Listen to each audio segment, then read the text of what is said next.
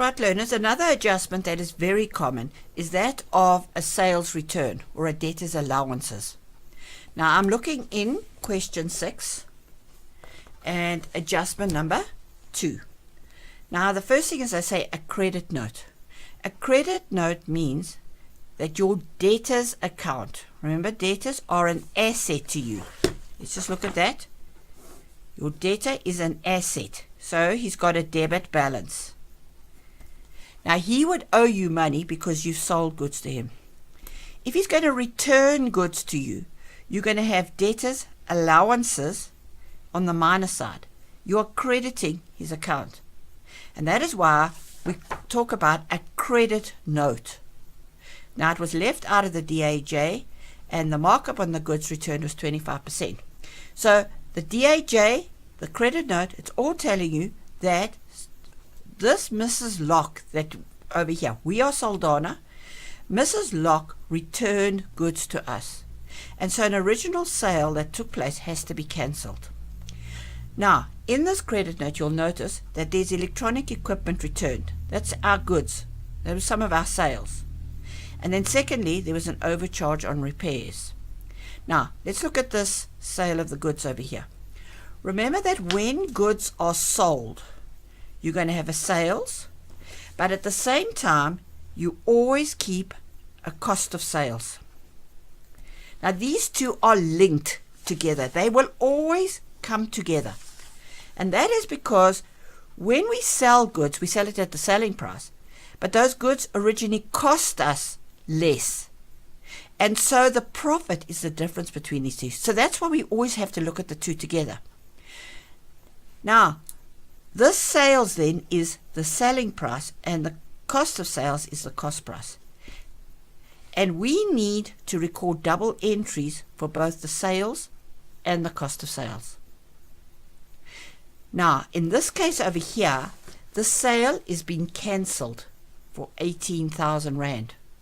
So you are going to have to go to your sales account, which is in your income statement, and you'll have to minus 18,000. The sale's been cancelled. But at the same time, your debtor's control also needs to be minused by 18,000. The debtor owes you the selling price, so you're minusing the selling price. Now the cost price of these goods, you remember you were told that the markup is 25% on cost. Look up here, 25% on cost. Now first of all, a quick revision on cost of sales. Your cost price is your starting point.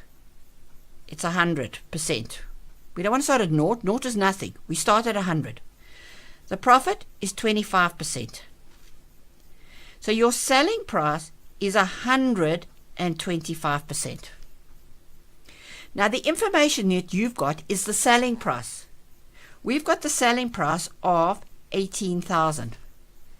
But that 18,000 is equivalent to the selling price. So you divide it by 125.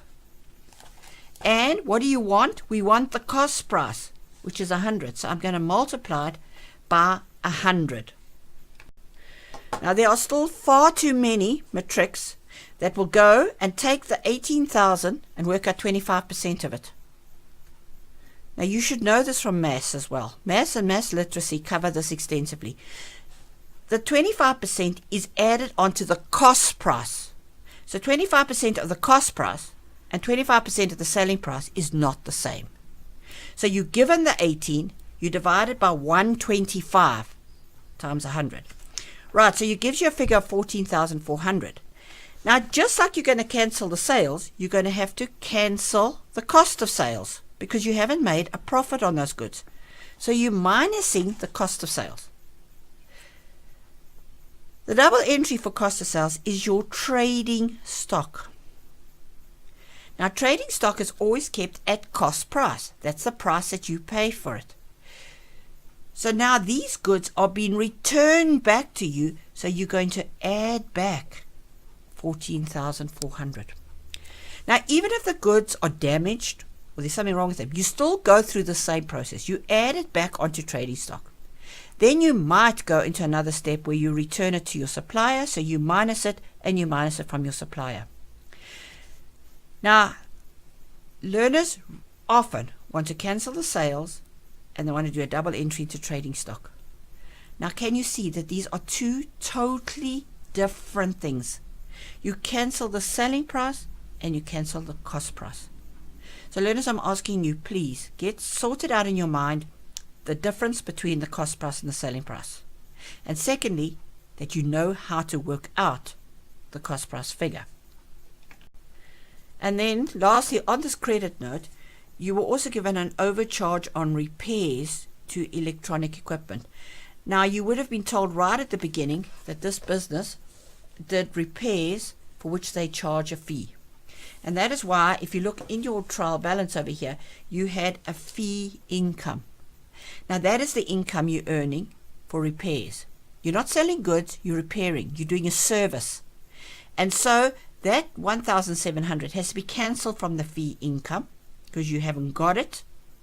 There was something wrong with it. You overcharged them, so you have to reduce your fee income. And at the same time, remember that this was on a credit note. So you also have to reduce it off the debtor. So the debtor's account is going down by the whole 19,700. 18,000 is cancelling as sales because that was associated with goods and is the cost of sales. And 1,700 is being cancelled from cost of sales.